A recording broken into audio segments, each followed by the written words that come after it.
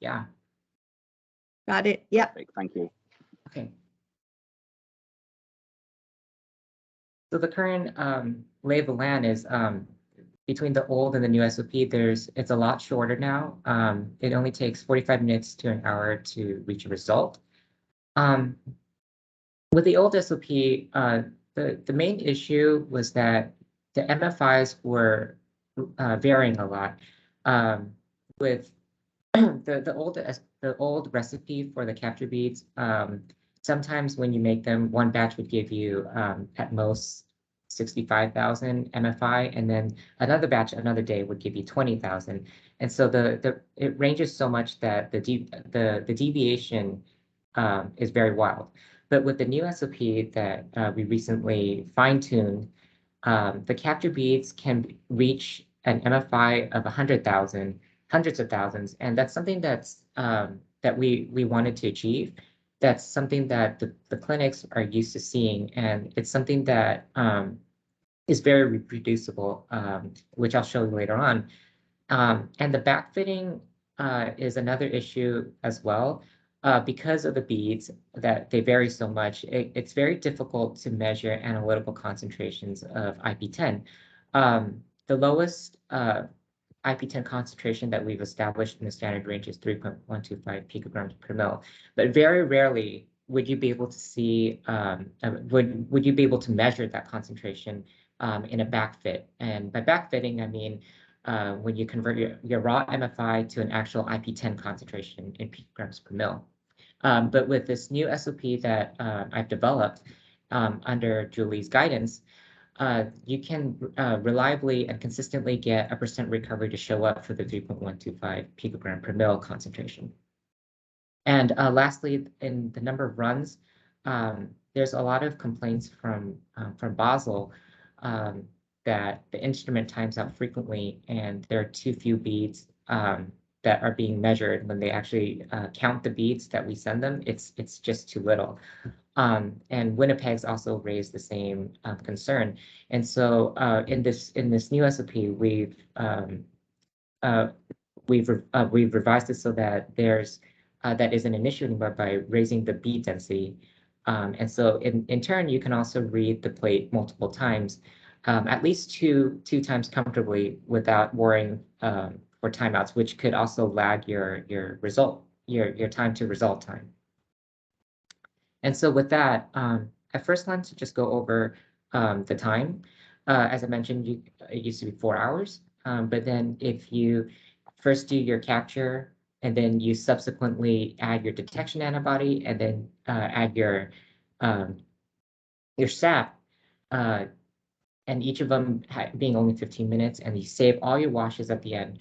The current SOP has you do a wash in between every step, but saving all those at the end can save you a tremendous amount of time, and it makes the assay a lot quicker. And since it's also fewer washes, you'll also get a lot more. You also have reduced the technical variability from person to person because there are just fewer steps. But as you can see here, even if you without having to insert a wash in between every step in the assay as you build the complex sandwich, you could still get a dose response in the standard range from 800 down to 3.125 picograms per mil. And you could also get decent % recoveries. And so this is just to show you that we can reduce 4 hours down to 45 minutes to an hour and still get very decent results for the standard curve. The next thing I want to go over is the capture beads that I mentioned. And so before I do that, I just wanted to go over the organic mechanism for EDC, just so that we're all on the same page. So first we have the Lunex beads, which have a carboxylated surface. And so the first step then is to install EDC on there to create a good leaving group. The next step is you want to activate the carbonyl oxygen so that it's the carbonyl carbon is vulnerable to attack. And so when it's activated, that's when NHS would come in. So NHS is used here to create a more stable intermediate. It's a lot more stable than EDC, and so it's less prone to hydrolysis. And so once you have NHS coming in, you have this tetrahedral intermediate. And so you could collapse it by creating your carbonyl group again, and that ejects a urea byproduct from EDC. And so once NHS is on there, it's a lot more stable, and the reaction's a lot more fast. So it also acts as a catalyst since the NHS never gets consumed. And so at this point, when you have NHS installed, you can introduce your antibody, which has the primary amine from the lysine, to come in and attack the carbonyl carbon again. And then that's when you would get your capture beads. So when I looked at this pathway, which I deduced because there wasn't any clear arrow pushing mechanism in the literature that I looked at that implements the changes that we are proposing. So here, if you look at the mechanism, there are a couple questions that you can ask, right? The first one is the current lot of Luminex beads compromised? Is the one that we have currently has undergone several hands, and different scientists have used them. So has it been photo bleached? Have the beads been compromised on the surface? If the carboxyl groups are damaged in any way and they're oxidized, the reaction won't take place. The next question is, does the bead region matter? We have only one bead region, and it's region 23. I personally don't know the justification for it, but it's the one bead region that was that we stuck to. And theoretically, none of it shouldn't matter which bead region you use, they should be all the same. And the third question is, because of this mechanism, what are the reactions, chemistry conditions that are most optimal? Does the volume matter? What's the good pH that the reaction would take place so that you could maximize the surface density of capture beads so that you could get the most capture and the strongest MFI signal? And so it turns out that the first 2 points after we did some testing, those don't matter. What matters is the pH and the volume of the reaction which it takes place. So this is a summary between what we were originally doing to get these capture beads to prepare them, and what I implemented so that we could fine tune and fix the capture beads so that they are at their maximum potential. So as you saw in the mechanism, first you install a good leaving group, which is NHS. In the original SOP, we do this at pH 6, and that doesn't change. But what does change is we do it at a volume that's a third of what it was originally. So we, instead of doing it at 300, we now do it at 100 microliters. And we double the time at which the reaction takes place to ensure that all the carboxyl groups get converted to NHS. So doing it at a small volume will concentrate the reaction condition, and so it will ensure that the reaction takes place and it's not too dilute. And in the next step, when you install your antibody onto the surface and eject the NHS, the major change, and it's also very critical, is the pH. So originally the pH is at 6, but the reaction takes place at a much it's more efficient at an acidic, slightly more acidic condition. Decreasing it by 2 logs will have a profound effect on the MFI. And so it turns out that lowering the pH from 6 to 4.5, cutting the volume by a third to concentrate the reagents, and doing it overnight at 4 degrees rather than 2 hours, since we're working with some biological reagents here, will give you much stronger capture beads that will have the maximum potential to capture IP10 and give you good signal. So with that, I did 7 batches total, back to back, of these capture beads. And as you can see here, they're very reproducible from 800 down to 3.125. You'll get signals that are very consistent across each batch. And again, they're at the MFI that the clinics were originally used to seeing, and the spread between each concentration and the MFI is a lot more sigmoidal. And just for reference, this is the MFIs that we originally were seeing several months ago, back in the summer, following the old protocol. And so with these changes to the volume and the pH, you can get MFIs that are much stronger, more sigmoidal, and they have much better percent recoveries that are consistent. So what we're aiming for here is both strong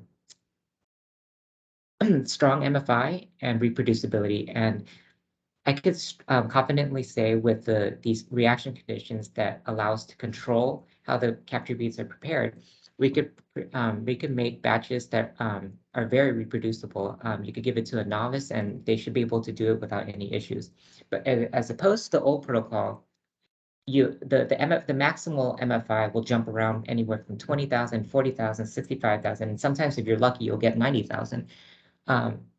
And that's not what we want. We want something that's reproducible. We give it to manufacturing, and they should be able to do it without in a very they should be able to reproduce this in a very painless manner. So I think we've been able to lock down this protocol. I revised it. I made it.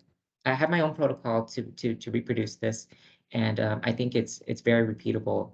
And I just wanted to pause here just in case anybody has any questions about this or wants to make any comments. No, Michael, looks great. It's really nice to see the reproducibility, and Yeah. I actually, and I really like the comment that you made about making it more straightforward for manufacturing, because I think the easier the protocol is, the better.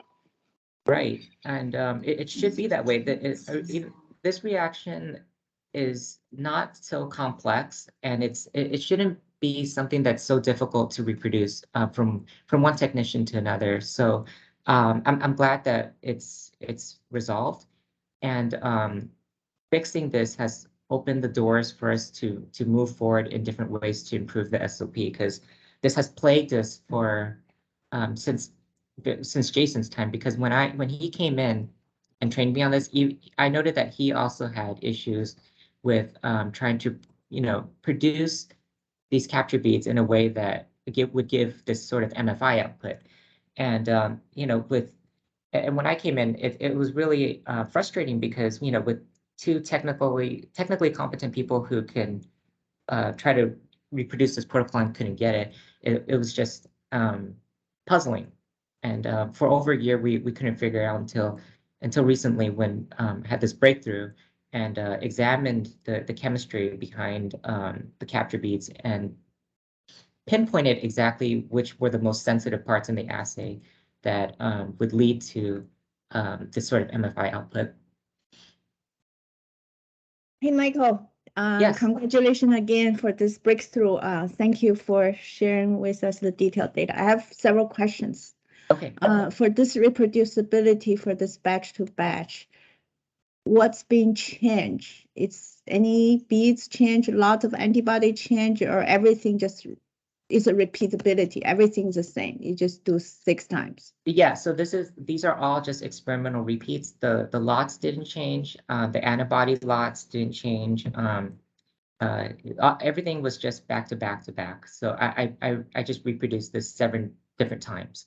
Yeah, this looks nice, but I would like to see your conclusion that beads region doesn't matter, antibody lot doesn't matter, beads, different batch of beads doesn't matter. If we could show some of those reproducibility, that would be nice, right? Yeah, so to comment on the antibody lot, we purchased I've noticed that their capture bead, their capture antibody lot has remained consistent since I've come here. Their lot doesn't change, so the only thing that I can answer for you right now is the bead region. Uh-huh. So this bead region right here, I got these beads from Susan. There's six different bead regions. The number 23 is what we're using, but I got the same lot that her group's using. And as you can see, regardless of the bead region and the concentration of IP10 that you measure, it's still low in both using the old recipe for preparing the capture beads and the current, I'm sorry, the old SOP to do the assay, the long assay. Right. So yeah, so the bottom line is you can see that it's still capped at 40-ish thousand, and it doesn't go beyond, it doesn't reach its maximum potential. Understand. Yeah. Understand that conclusion. I just wondering how variable different region, if you do your new recipe, how variable, what's your range or variability? You know, what's the percent of CV you can produce among different beads, right? We have to sustainable in the future if you run out of one batch beads. Yeah, so this is the one question. You go back to your recovery. I think you talk about the time. Go back you decrease the time, your recovery is still good. Back. Oh, no, so I just wanted to clarify that this is with the SOP that the clinics are currently following. I didn't truncate the time or anything like that. This is just the standard SOP. It's the non-improved one. So I'm just following the one I understand. Okay. Yeah. Okay. Yeah. So if you go back to improve the recipe, the protocol, if we plan to use that to decrease the time, what do you think we need to do to validate that? Or you think it's already fully validated? You go back your time. I think that's really nice. You can decrease time from 4 hours to 45 minutes. Go back your slide. You decrease the wash, right? Can you go back? Yeah, here it is. Yeah. So how many wash currently the protocol was using? 6? The current one uses 8 to 9 washes total. And right. So this is, you show a nice recovery, great. But have you tested on the samples or I just wondering, I don't want to fall into too quick to make the conclusion, right? The previous, we have done so many studies, so think through. I don't think you need to answer me right now. Probably discuss with Julie and see what we need to do to validate that. If we can validate, this is great, right? Yeah, no, it'd be very, like I said, this is actually, so these recoveries and these MFI using the shorter protocol was used with the old capture beads that weren't reaching 100,000. So you could get MFIs like this with the old ones. It'd be interesting to first of all see what MFIs you could achieve with these new beads using this shorter protocol. That combination we haven't tested yet. And yeah, it would also be worthwhile for us to also look at some of the urine samples that the clinic sent us to see how would it fall in if we had all these optimal conditions. Great. Yeah, we do have, right? Yeah, we do have expected value for those urines, so you could see not only recovery can you get your expected value, right? Right. Right. Okay. That's nice. Yeah. I'll let you move on before I ask more questions. I wanted to, this is Julie. I want to add on to what you just asked to Michael regarding the real urine sample, patient sample. We have evaluated data from clinical lab that's currently using the current protocol, which is the original protocol. And there's multiple complaint that with their urine sample, when they test it in the real clinical lab, there's significant B loss. And this brought our attention to the fact that I had Michael test to see how many possible run that the current B number in this current kit can accommodate. And it is a true fact that clinical lab have issue with B counts, B loss. So certainly that because there are 9 or 10 multiple wash steps, which this is why the whole protocol is 4 hours long, roughly. And with minimizing number of washes certainly helps minimize the loss. And we had a discussion this with clinical lab, and they tentatively agree, but they don't never change the protocol.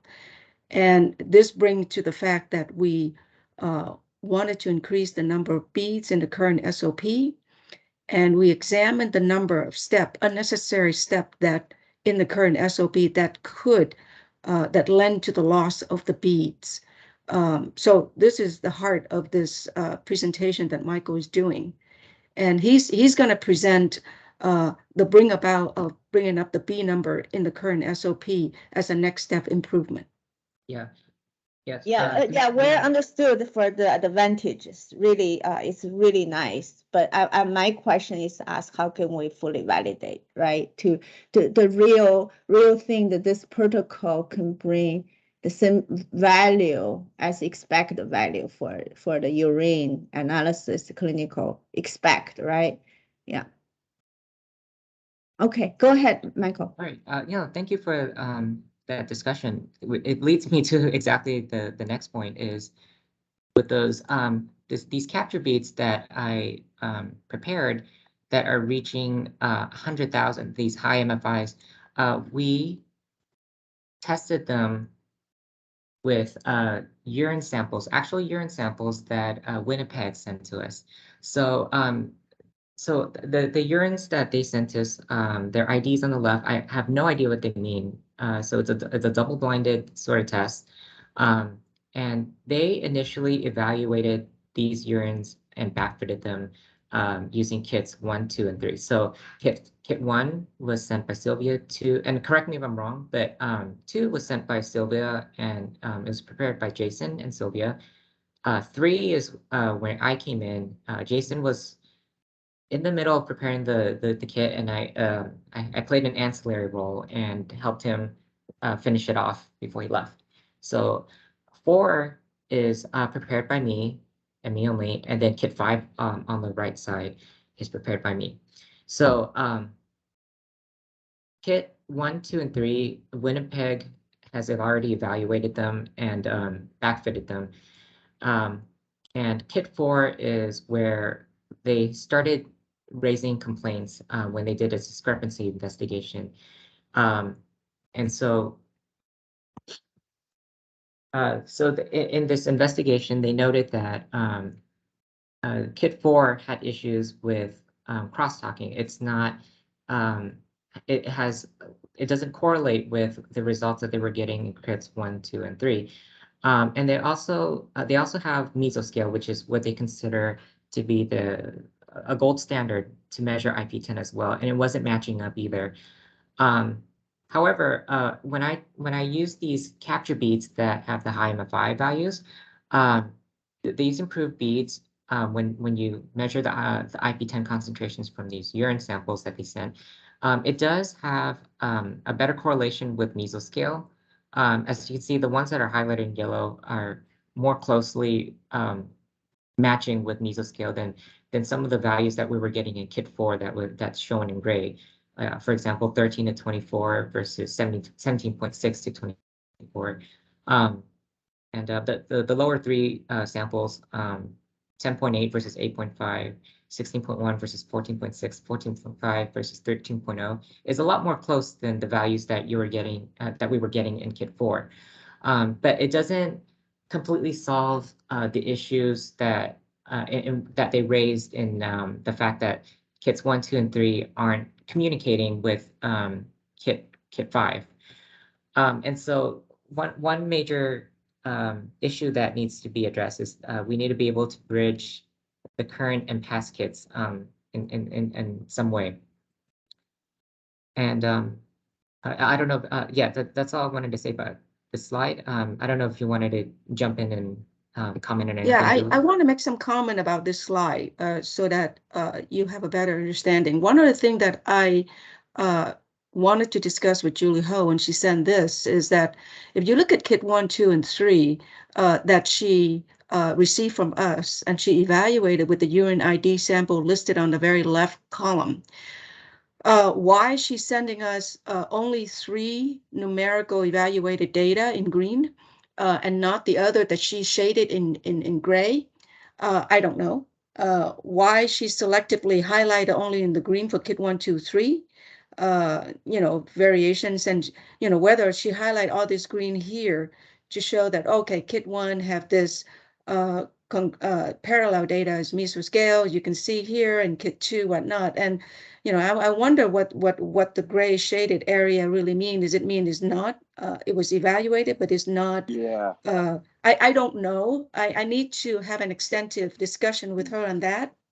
So with so that in, I agree with Dave, you, go ahead. Julie. Yeah, I agree with you. I was just looking at that. It's like, why is there only 3 data points for kit 1 and 2 and 4? But I'm wondering whether she's just included the value that is what she thinks most sort of most closely matches the mesoscale data. Right. So looking at this, it bring my maybe anxiety up. Yeah, because looking at this, I said, and I would say that kit 1, 2, 3 isn't really that consistent. Again, Julie Ho mentioned a lot about consistency, and I'm striving for that. And I have a long discussion with Michael on experimental data. So granted, kit 4, when she presented kit 4, which is the kit that Michael actually sent, the most recent one we sent to centers. And you can see right here, if you look at kit 4 and kit 4 alone, she took the kit 4 and she tested all the urine sample with the one that is question mark, which is she didn't do. You can see, if you look at that and you line up against with the mesoscale, 13, 24, 20, 33, 4, 6, 24, 32, and et cetera, all the way down, the correlation is relatively there. It would accept the last 3 numbers low. So with that being said, kit 1, 2, 3, there's a lot of variations because the SOP, the B's issues that Michael just transpired in this talk. And you can actually see kit 4 is where Michael's doing, and granted that the capture B in kit 4 is the one that he didn't really improve because he sent this like 3 or 4 months ago before he did the improvement that he shared with you today in this talk. And he went back and he used the improvement B, which is the last column in pink or in salmon color. That's the one that he actually improved the capture B to show that MFI is high. And you can actually see here with this new improvement B, and you compare it to the kit 4 that he's doing, he did raise the MFI, raise the recovery, or raise the number for the last 3 to be compared with meso. So if you look at the kit 4 that he did and the improvement B, that 2 column flanked by the middle, flanking the mesoscale, what he's doing looks more consistent and look more aiming at the parallel to the correlation to the mesoscale, which bring me to a little more comfortable zone. Again, kit 1, 2, 3 is questionable. I don't want to use those values there as a northern star to follow, but I used more like a mesoscale that she's comparing against to. So the bottom line, I wanted to share my comment here is that the improvement he's doing, and even in the kit 4, if you look at the mesoscale, it closely followed. And I'm more at the more of a comfortable state that we are right now in generating this new protocol kit. Yeah. I agree with you, Julie. I think that almost I would sort of completely ignore kits 1, 2, and 3 now at this point, and build it on from kit 4 into kit 5, which is better. I think it's definitely going in the right, and we need to maybe set some expectations about how close we are to mesoscale. I mean, I think Michael, you kind of used the word gold standard, but we don't truly know that it is. Exactly. Your data might be better. Right. Might well be better. Right. And this brings to the final note that I want to let you know is that Rob Carroll last week when he was here was great. I confide him a little bit about micro improvement of his beads and whatnot. And we communicate a little bit with Julie Ho because she sent us this data and we're trying to understand. And so the bottom line is that we agreed to send, and Michael can fill you in more about his request of asking Michael to send him the component of the bead that he's recently improved, but keep the number of bead the same at the original SOP. And the same token, we send him another component that Michael improve on the B, but with a higher number of beads so that we can evaluate if the loss count of B can be resurrected, can be compensated. So these are the two improvement component. We plan to send it to Carol's lab and as well as Julie Ho's lab so that they can use that and have a more real, better evaluation of the clinical before they send us back the data, how they feel about it. And this is something we want to share with you both, so you can be aware that that's our intention. And Michael can fill it in the rest of it. Yeah, thank you. No, this is so great. It's just leads me to the next thing I want to talk about. So yeah, as you can see, there's the discrepancies between 1, 2, and 3, and how the most current Kit 5, they don't crosstalk. And I think the discrepancies are one of the major root causes is the capture beads, but two, it's also that the backfitting is also very poor. So IP10 is just it's present in such a small concentration, especially in a biological matrix like urine. It's hard to measure, and so the backfitting at 3.125 right now, even for the improved capture beads, can't pick up on 3.125, as you can see here. When you try to backfit it, it says it's less than curve, which means that it can't perform a backfit because it's too low, or because the others are it doesn't fall into the curve is what it means. So I think to better bridge these kits, we need to be able to access the lowest concentration that we've established in our standard range. And right now, with everything that we have so far that's shown, we can't tap into that potential. And so, just to sort of reiterate, the clinical feedback from Winnipeg is that there's lot discrepancies. We had a meeting with Julie Ho before this, and she and Denise also mentioned that they couldn't backfit the 3.125 picogram per mil. Their instrument times out, and Basel has also said that the B counts per test are just too low when they look at it, and they get timeouts. So the layout here is, the problem is, I think the assay is currently it's a sensitive assay, but it's not reaching that potential to measure the lower outlier IP10 concentrations like 12.5 and 3.125. And it's important to be able to measure those concentrations because it's close to the clinical cutoff that Julie Ho has established. She is currently using 13.33 picograms per mil as the cutoff. So to be able to differentiate between 3.125 and 12.5 is very critical.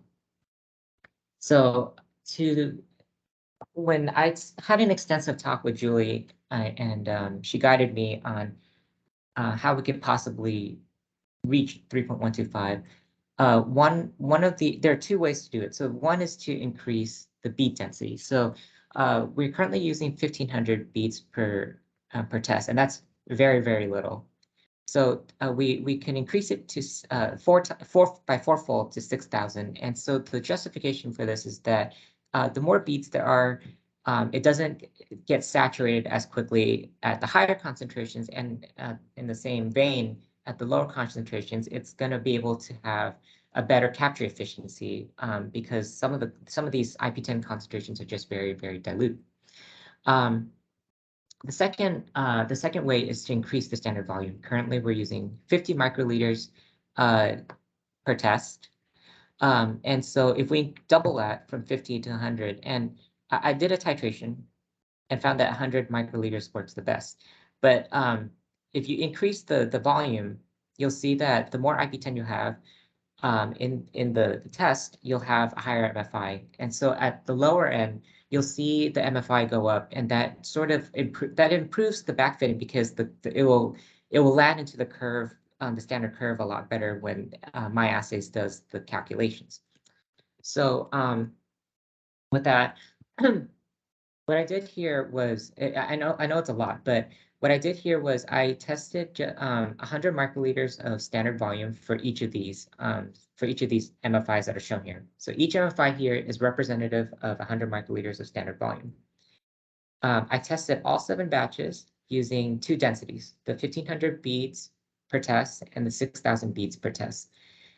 And as you can see here, there's the backfit and the percent recovery. And what we really want to look at is, well, we want to look at the percent recoveries for the whole range. But what really stands out here is the percent recoveries for the 3.125 picograms per mil. So if you use 1500 beads per test, you'll get 2 hits out of the 7 batches that are tested here, where it will start to pick up a percent recovery. And mind you, it's very hit or miss. So sometimes you'll get this, sometimes you don't. If you increase the bead density by 4-fold, you'll see that out of the 7 batches that are tested, 5 of them, so that's more than half, will pick up the 3.125. And not only that, but the percent recoveries, it's decent. So it's 104%, 95%, 129, 115, 133. So it's not something subpar like 78%, for example, as you saw as one of the highlighted ones at the top. So Michael, the combination, yes. Sorry, I didn't mean to, but I had to add something here. The procedure, I just want to make sure that Dave and Ray know about this. The procedure that you've done for this test, the 1500 and 6000 B, and the hit that you display here, again, you're using the original SOP with all the 9 or 10 washer steps, right? You did not use the shortcut. So, yeah, I just want to highlight that. Old SOP. Right, just want to highlight that. Yeah. And you can see the number of hits, 2 out of 7, is very low. It's conceivable that because there's a B loss count, because of the multiple step, it's conceivable. And so you have more beads, so it will accommodate you and protect you from the B loss, and you get more higher accuracy, and your hit is more reliable. I just want to emphasize that. Thank you. Yeah, great. Thank you. Yeah. Old SOP here, and the combination. Michael, yes. Can I ask a quick question? I have a little difficult to understand why only the lower one affected by beads count, or it's just, it's no, Ray, it's not the 3.125, the loss of the peak count affected 0.325. It's just the overall number of beads and the median. That I can understand, but why you increase the beads only will help the lower the one in the curve. I can understand you add more volume of the samples and with beads, right? Because if you add a more sample of volume, you have more IP10 in there, so you theoretically should detect. Right, and noted that this is from the improved bead, right? I understand your question is a good question, and I just want to let you know that these are the beads that Michael did the improvement on. Am I correct, Michael? Yes, these are. Yes. Both of these beads are improved. Yes. Right. In addition to the improvement of the capture bead, we added a layer of 6000 B and compared to the original B number. So that we don't alter the standardized variable much. Only thing here, we're looking at 2 standardized variable here. One is the number of B differences. The other one is the improvement of capture B. So we keep the improvement of the capture B intact. So the only standardized variable we're looking at here is the B number. And the volume that he engaged here is 100. We keep that as the same for both comparison. So in light of this data, this shows that the improvement B play a role on not only bring up the 3.125 recovery, but also the fact that it has to be compatible in the assay. so that the assay can give you the most accurate, the most consistent, less standard deviation, and which is 100 microliter. And we wanted to highlight the complexity of so many things that's going on with the SOP. So we want to make sure that we keep everything as standardized as we possible, and we test one of our point of targeting. And as we wind down to the final SOP, we believe the 6,000 B with the improvement beads and the volume that it has to be, which is 100, is the most consistent, reliable, and that's why he highlighted the whole blue area to show you that it's so reproducible. Whereas the 1500, you get sometimes you pick up the 3.125 reading, sometimes you didn't, sometimes you don't, and that's uncomfortable. That's an uncomfortable readout, and that's what we're just trying to show you the reproducibility here that I see in Michael assay. Yeah, thanks, Julie. Yeah. Thank you for bringing it up. And I think you brought up another concern is about the recovery accuracy. You know, you said I kind of remember the older tests. If you increase the volume, the percentage CV might be increased too, right? Oh, yeah. The I CV would off. say Yeah. when we go to 200 microliter, right? And I also challenge Michael why you have to go to 4 times more beads. Would that 2 times it's good enough, or 3 times, right? That's a great question. We Sorry, if you have a more beads. That's a great question. Right. No, Actually, I'm laughing because I know you're going to ask that. True. We thought about doubling it, tripling it, but why 4 times? Yeah. Okay. Sorry, I'm a troublemaker. But no. I think it's great to have people being devil advocate, because that's how we learn, we improve, and we take your challenge wholeheartedly, and we appreciate that.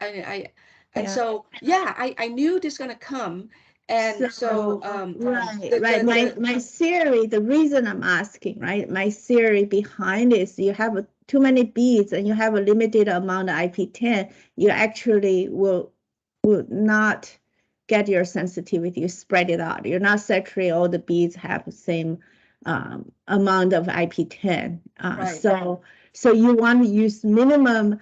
You want to use highest volume to the beads ratio, or minimum number of beads and more volume of the IP10, but you don't want to have low beads counts and give you unreliable test. I mean, that's just all come out from theory, right? But so I think, yeah, it's you're in a good direction to optimize those factors. Yeah. Yeah. Your point is very well taken, Ray, and I appreciate that. I think Michael appreciate it too. He did an elaborate comparison of different B number, like I'm sure you double and triple, right, Michael? And then you did some of the volume as well. And I can tell you right now, bottom line is that the sweet spot was 6,100, meaning that it's stoichiometrically, it just worked perfectly with that observation we saw in his data. And that's why, and it doesn't cost that much to increase 4 times a B. And in addition, if you do a lot of washes, it's a comfortable B that allow you to know that you're not going to have loss of the B count, and calculation wise, it is friendly, right, Michael? Right. So I just wanted to add to that. Initially, I was working double, triple, but then the numbers weren't. I just wanted a nice even number, so I was like, okay, 4-fold is 6,000. So I went with 6,000. It didn't seem like that much. It wasn't that, material wise, it wasn't that costly. So I did 6,000. Before, when I was doing double and triple, the number of beads from 1,500. And I could certainly show it later. The number of runs that you can do still wasn't as many as you could. Like you could do maybe with 4,500 beads, you could only do 2 runs comfortably. So that's why I went up to 6,000. And it just so happens, when you titrate the standard volume, 100 microliters of standard volume was compatible with 6,000. And so, 6,000 being a good number of runs, I think that it would probably give you 3. I haven't tested it yet. It would probably give you 3 comfortable runs, and it works with not too, it doesn't increase, it doesn't require an increase of the standard volume by much.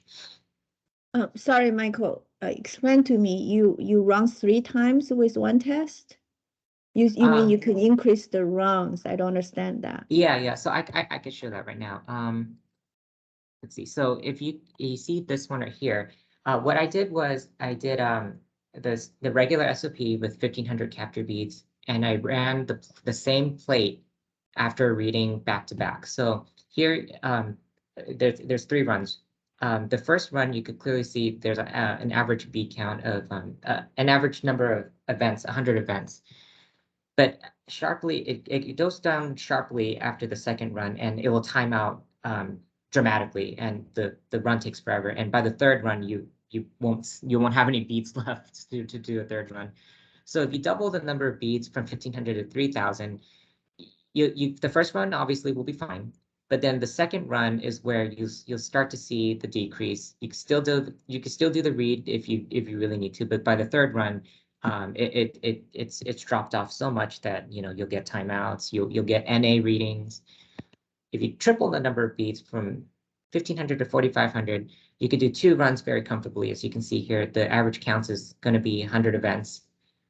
The third run, you'll still get very high counts, except for the blank. But again, it's not, the third run isn't comfortable, but it's getting there to where the first and the second will be fine. So that's why I went to 6,000, because I was hoping that 6,000 would. Yeah, explain to me why we need 3 runs. I don't think the customer will want to have. Well, this is based on feedback that we got from Winnipeg, because they were running their plates multiple times. I think there were times when they were running their plates more than 2 times, and they were saying that they were getting timeouts. Basel was also. They need to run more than 1 times. It's for studies research, for any reason, because we don't want a product come out and people can do multiple runs, right? If it's necessary, and then we design that way, but we don't.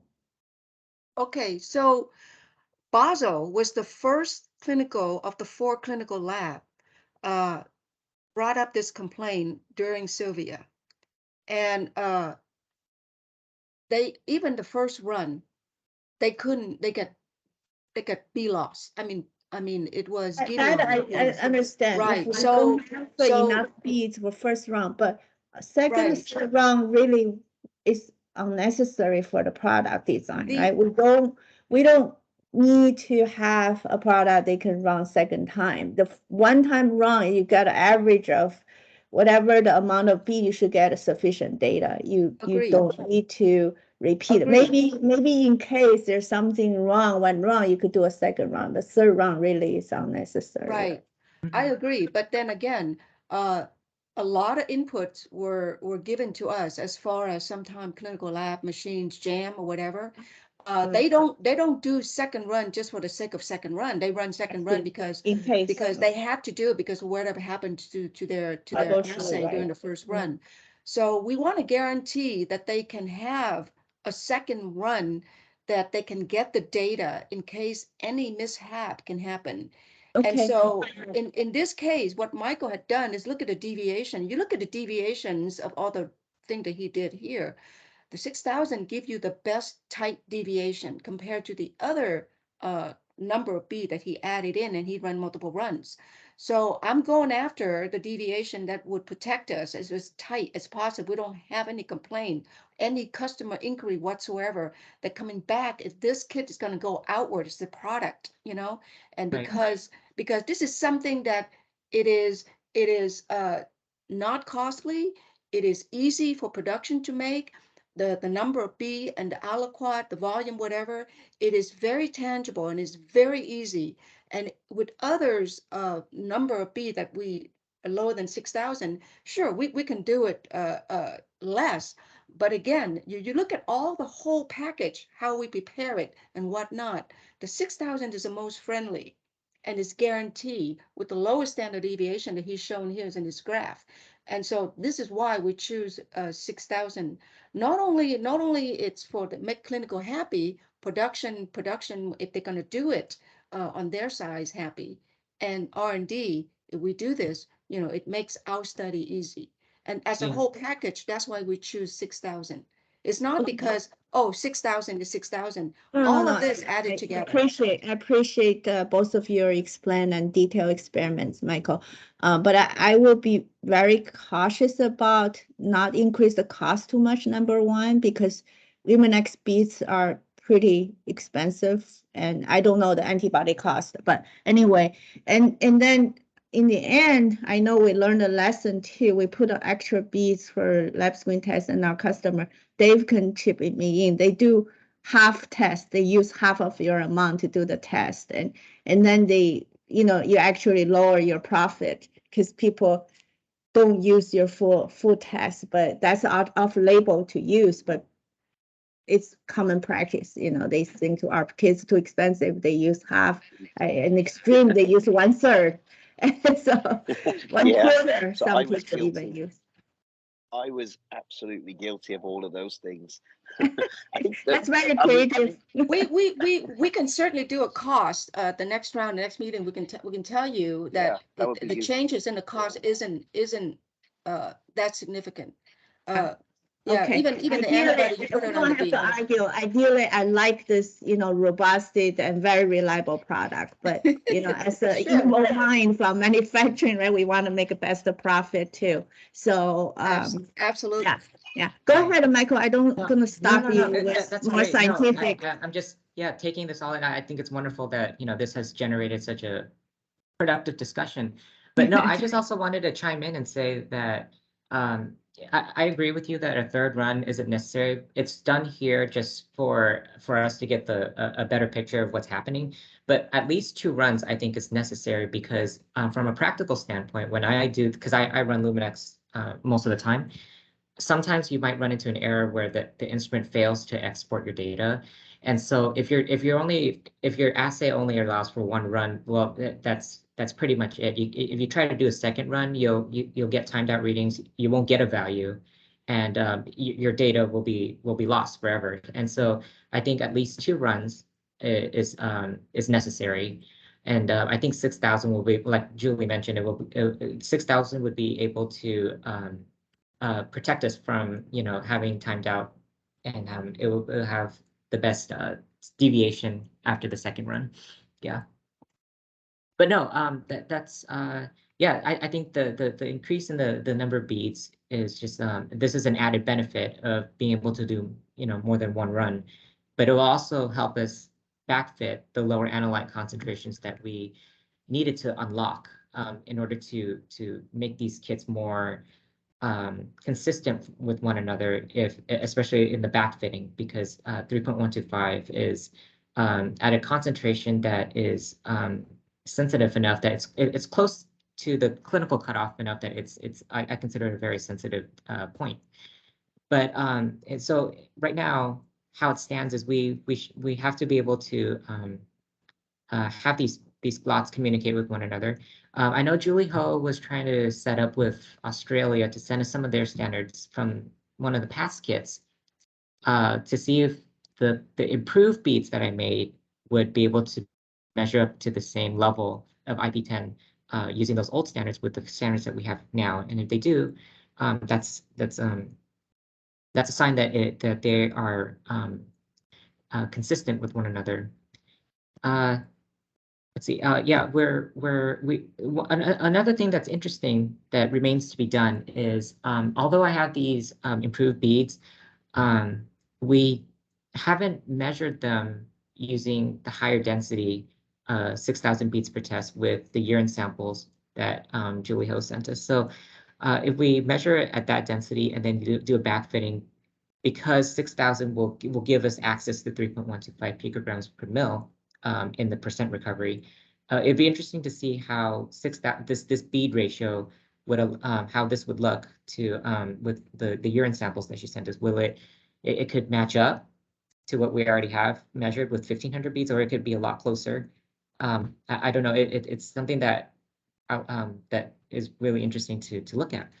I am in the process of making an SB request to send this kit out with the old ratio of beads and the new ratio of 6,000 to Winnipeg, Australia, and Spain, so that they can evaluate it for us. And lastly, we are working with RevMap still.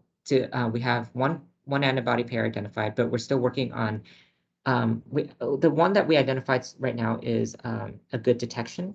But so far from what we've seen, it doesn't work so well as a capture. And so we're hoping that the next antibody that we could get from them, and we saw really promising data from their initial studies, we're hoping to get a good capture antibody so that we could get our in-house replacements, and that would open the doors for more interesting studies that would help us move this project forward. But that's all I have. And thank you for listening. Thank you for discussing this data. And I'll end it here.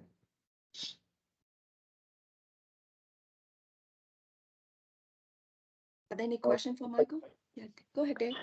No, I mean, I've got to jump to another call in a second, but I just wanted to say, yeah, really hard work that's going. Yeah, and keep going, because I think yeah, feedback. I know that raised questions are, I know that they're designed to really make this as robust as possible. Because I guess it's a quantitative angle. It has to be. Yeah, we will try our very utmost to perfect this SOP and make the kit much far better than other kit. I mean, we are up there with mesoscale. I think we can get our can be correlated with mesoscale. That's the aim that we're trying to do. Thank you very much, though.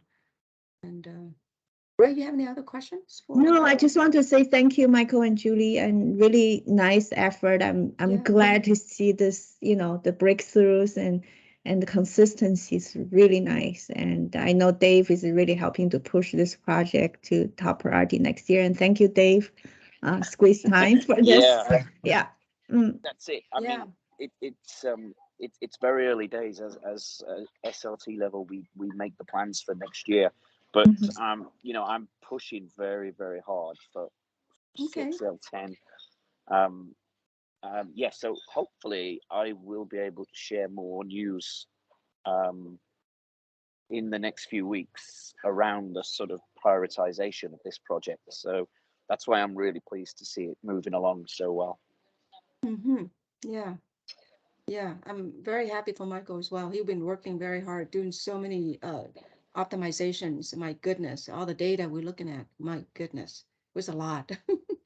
But yeah, but thank you for the challenging questions, for keep us on our toes, and just to let you know that again, appreciate your peer evaluation, peer review of his data. It makes us more comfortable, and so that we know that we're in the right directions. Yeah, until the next time, Michael gonna take all your question at heart and try to address it, and the next round of experiment, right, Michael? Yeah. I have one last comment. I'm sorry. The lot you made, lot 5 versus lot 4 versus mesoscale. Actually, I see not much variation versus previous lot. That could be the testing or the sample variation due to Julie Ho's team. You know what I mean? And that's also showing that you early on you show that even MFI is low, your detection is not much effect, right? Yeah, so we want to see a range of the MFI. You definitely you cannot reach always exactly same MFI every lot, right? You want to see what's the range is acceptable, from 80 to 1,000, Yeah, I'm no, just saying, you're right, but it's just a lot more. It's that quest isn't so impossible now, because before we just couldn't figure out how to control it, and there are things that made it just jump down so much that it was hard to make it so reproducible. But now that I think we've locked in the parameters that are the most sensitive, that would give us the most reproducible results. Right. Yeah. Okay. All right. Thank you. Sorry, I had to jump to another meeting too. All right. Okay, bye. great, yeah. Have a very nice thanks, Ray. weekend. Thank Both of you. you. Yeah. Have I'll a great see you on weekend too, Monday. Ray. Yeah. Talk to you more. Thanks. Bye-bye. Okay. Bye. Bye. So stay on, Michael. We can discuss about